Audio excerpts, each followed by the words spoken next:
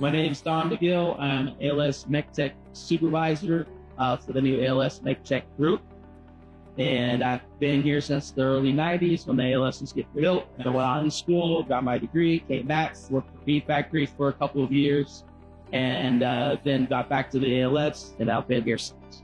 I'm Matt Warren. I'm also a MechTech Supervisor at the ALS, and I've been at the lab for just over a year now. So I'm Kyle McCombs, the ALS Mechanical Technology Group Lead. This is my 16th year. My job is taking in work, distributing the work, and then doing job walks with customer, find out what they need, but also where the hazards are, doing job walks with the technicians, make sure they understand everything, and or making sure that they don't notice any things that might be a hazard also, or they getting their input on the job. I'm primarily focused on crane and rigging, equipment installation. I also oversee the A&E machine shop, where we not just make parts for the ALSU upgrade project, but also a lot of the beamline users, making all sorts of different parts for them. I help by managing a lot of the work in this building, which we are now in Building 77 in one of our clean spaces. Here we actually are working on 2 ALSU monochromators. This is a monochromator vacuum chamber. They're each unique in their own ways, but have very similar features. One thing that's always common is vacuum science and the methods we use to guarantee a good vacuum pressure.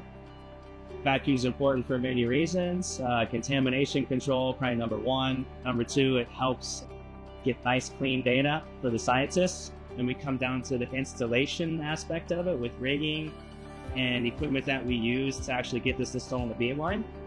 So I think it's a pretty good example, actually. It's something we help each other always look for room for improvement with either methods that we choose to use or the equipment. Now that we have the 2 groups together, we have a big pool of resources, right? So there's a good chance someone on our team has done this before or something like it. So I try to lean on whoever I can to help us figure something out.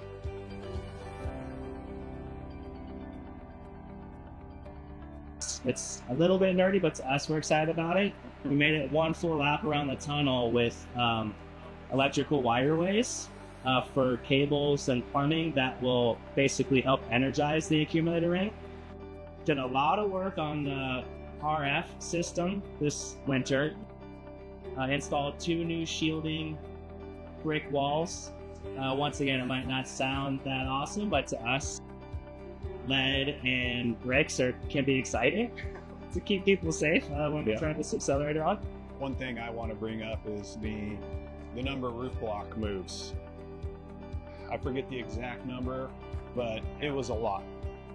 And on top of that, double stacking the roof blocks, that was a first. And I mean, we did it without incident.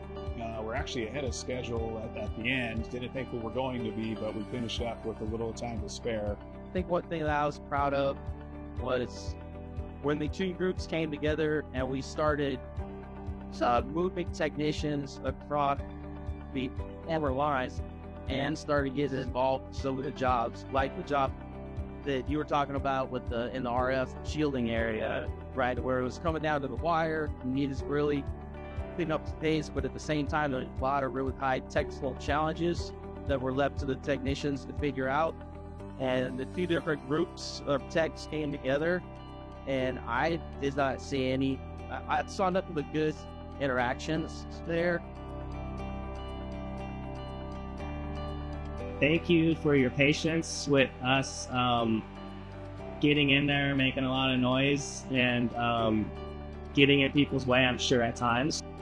But we promise it'll be worth it. We appreciate everybody kind of hanging in there and, being flexible and all kind of being on the same page with getting ready for the next 30 to 40 years of science at the ALS. So there is a plan right now. After this summer, at the end of the summer shutdown, we will be done mechanically with the accumulator, right? And then we would like to be aggressive, really aggressive, and within 1 year from the end of the summer, to do everything it takes, running cables, installing power supply racks, water cooling hoses, any utility that we might need to energize these racks. Get them all talking to every magnet, vacuum pump, and tunnel. There's lots of diagnostics and instrumentation we're going to need for us to start the commissioning process. But there is a plan for during operations to also commission the accumulator ring with minimal impact, if any, to the existing ALS. So that's pretty awesome. Now that I have kids, that is spending, but my chance, that's what I enjoy doing the most, I would say. Whether it's play, taking parks, taking campaigns, door stuff with them around the house, teaching them the day, mostly about the kids. Eventually, I hope to get them into my old type of the other stuff I used to do before I had kids, which was work on my old Buick and going backpacking, but that stuff will come later when they get a little bit older. I have 2 kids as well, and much like Don said, most of my time is spent doing stuff with them. So, Don said going to parks, going camping, fishing, trying to teach my kids to fish. The little time I do get for myself, I would say I still camp, fish, go hunting, pretty much anything outdoors. I gotta say I'm guilty for the same thing. Spend time with my wife and kids as much as I can. Coaching for my son's baseball team right now. We're hoping to make the playoffs in about 3 weeks, hopefully. It's looking good. In my free time, I've been kind of into mountain biking a lot lately and trying really hard to get somewhat decent at golf. We're lucky that Tilden Park is right kind of next door. It's a pretty difficult course, but and humbling, but it's still really fun.